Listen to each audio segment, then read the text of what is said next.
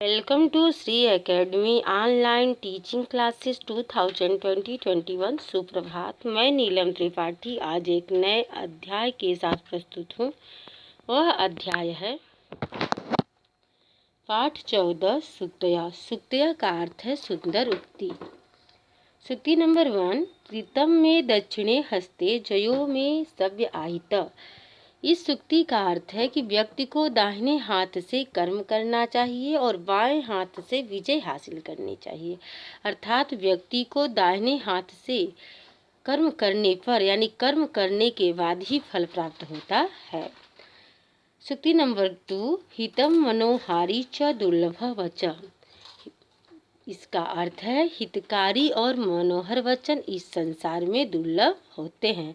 अर्थात इस संसार में जो व्यक्ति हितकर बोलता है उसका वचन हमेशा कटु प्रतीत होता है, वह मनोहर कभी नहीं हो सकता, क्योंकि हितकारी और मनोहर वचन इस संसार में दुर्लभ ही होते हैं, अर्थात होते ही नहीं। आरोह तमसो ज्योति। सुक्ति नंबर 3 का अर्थ है निराशा के अंधेरे से प्रकाश की उजाले की तरफ बढ़ें। अर्थात हम निराशा को छोड़कर प्रकाश की तरफ आगे बढ़ें। सुक्ति नंबर 4। विद्या ददात विनयम का अर्थ है विद्या विनम्रता को जन्म देती है। विद्या से विनम्रता आती है। सुक्ति नंबर 5। सत्यमेव जयते का अर्थ है सत्य की ही जीत होती है।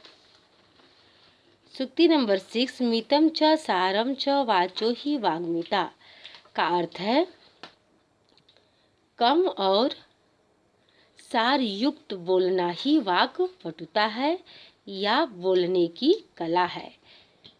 कम और सार युक्त वचन ही वाक पटुता माना जाता है, अर्थात यह बोलने का कला होता है। इसलिए व्यक्ति को कम और विषय से संबंधित वचन को बोलना चाहिए। सुक्ति नंबर 7। लोभो मूलम अनर्था नाम का अर्थ है लोभ ही अनर्थ का मूल कारण होता है। सुक्ति नंबर 8। भद्रम कर्णेभिः शृणुयाम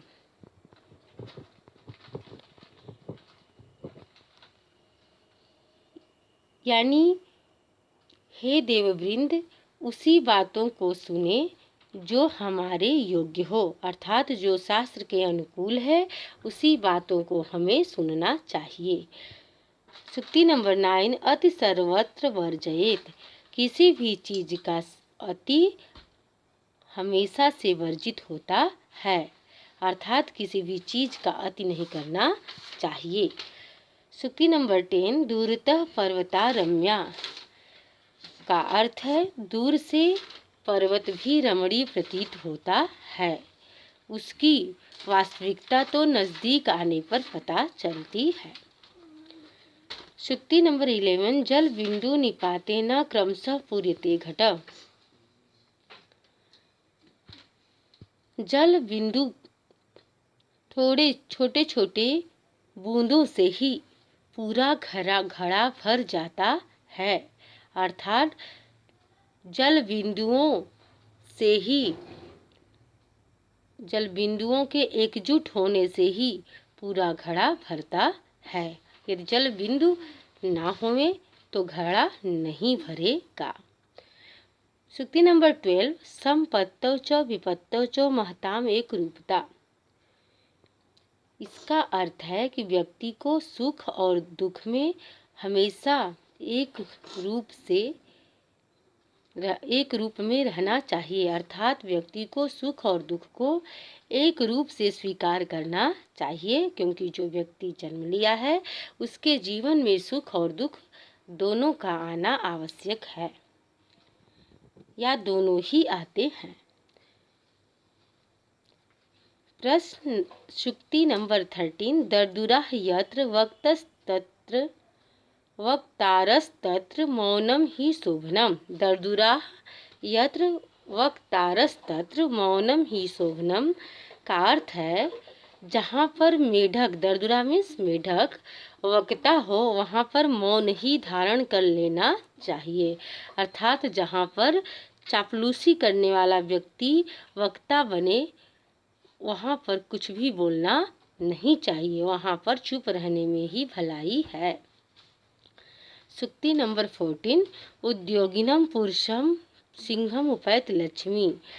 उद्योगिनम मीन्स परिश्रमी, परिश्रमी व्यक्ति के पास स्वयं लक्ष्मी आती है। अर्थात परिश्रमी व्यक्ति कभी भी हताश नहीं होता, वह हमेशा अपने परिश्रम से सुख को खोज ही लेता है। सूक्ति नंबर 15। माता भूमि पुत्रो अहम पृथिव्याः का अर्थ है हम सभी पृथ्वी के पुत्र हैं और पृथ्वी हमारी माता है। अर्थात पृथ्वी हमारी माता है और हम सभी उस पृथ्वी के पुत्र हैं, अर्थात उन्हें सत हम सब नमन करें। तो आशा है बच्चों आप सभी लोग इस सूक्ति के अर्थ को समझ गए होंगे। धन्यवाद।